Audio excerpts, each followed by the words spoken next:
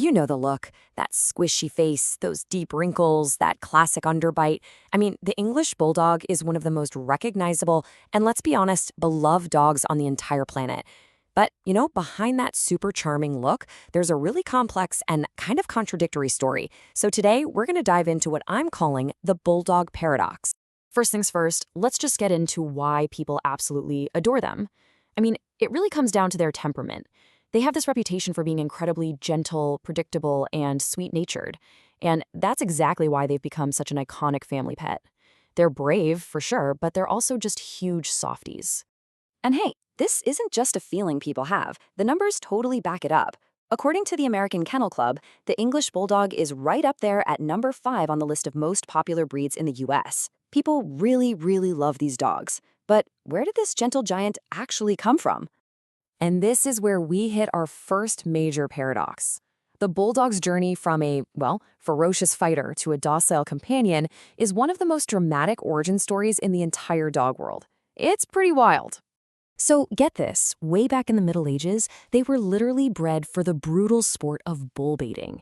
They were picked for their power and aggression. So when that got banned in the 1830s, the breed just wasn't needed anymore, and they almost went extinct. But then, a group of breeders who loved them stepped in and decided to save them by completely changing them, selectively breeding out the ferociousness and breeding in that gentle spirit we know today. Talk about a complete 180. Okay, but this leads us to the most critical paradox of all.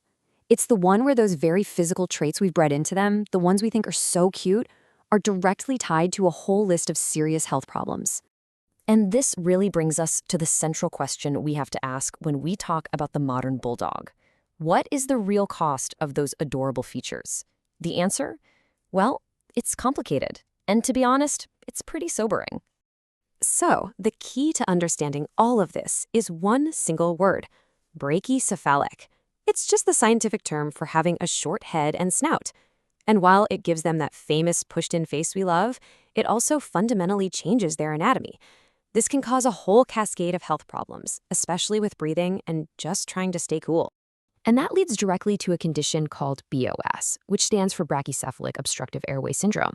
You know all those cute little snorts and snores we hear? Well, those are actually signs of a compromised airway. For a lot of these dogs, every single breath can be a struggle, which is exactly why they have such a hard time with exercise and are so sensitive to heat. And get this, in another one of those twists, a feature many people find cute is also a medical issue. That quirky little screwtail, it's actually caused by something called hemivertebrae. It's a birth defect where the vertebrae are wedge-shaped instead of like little blocks. Now, in the tail, it's mostly for looks. But if it happens higher up in the spine, it can actually twist the whole spinal column, compress the spinal cord, and lead to some really devastating neurological problems. And honestly, the list of potential issues is long.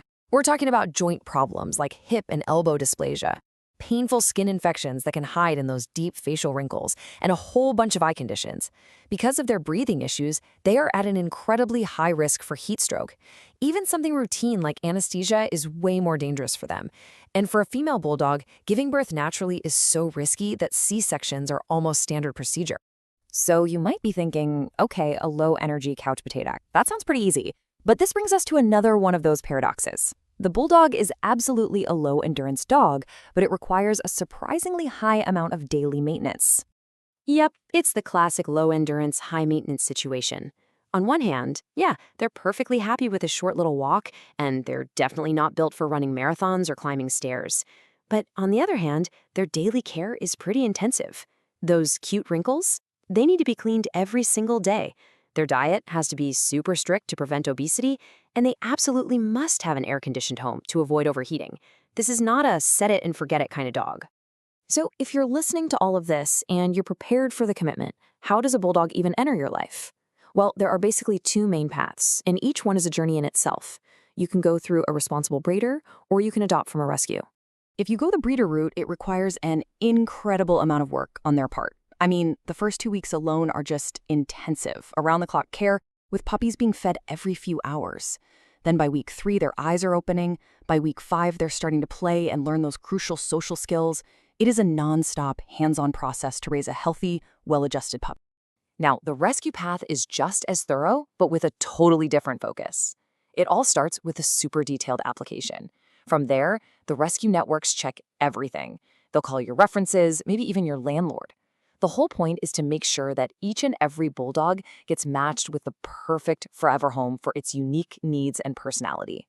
It's a really careful and deliberate process, all designed for success. With all of these challenges laid out on the table, it kind of begs the question, what's being done about it?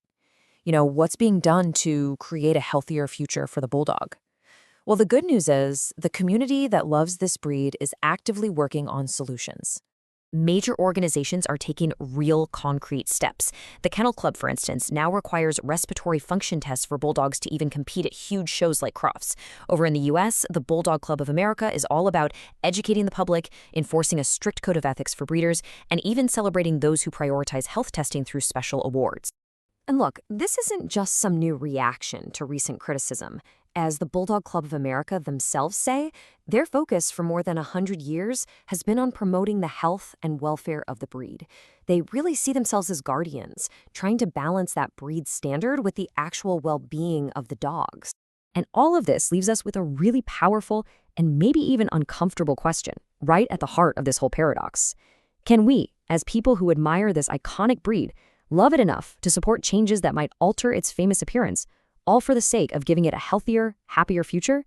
That really is the ultimate question, isn't it?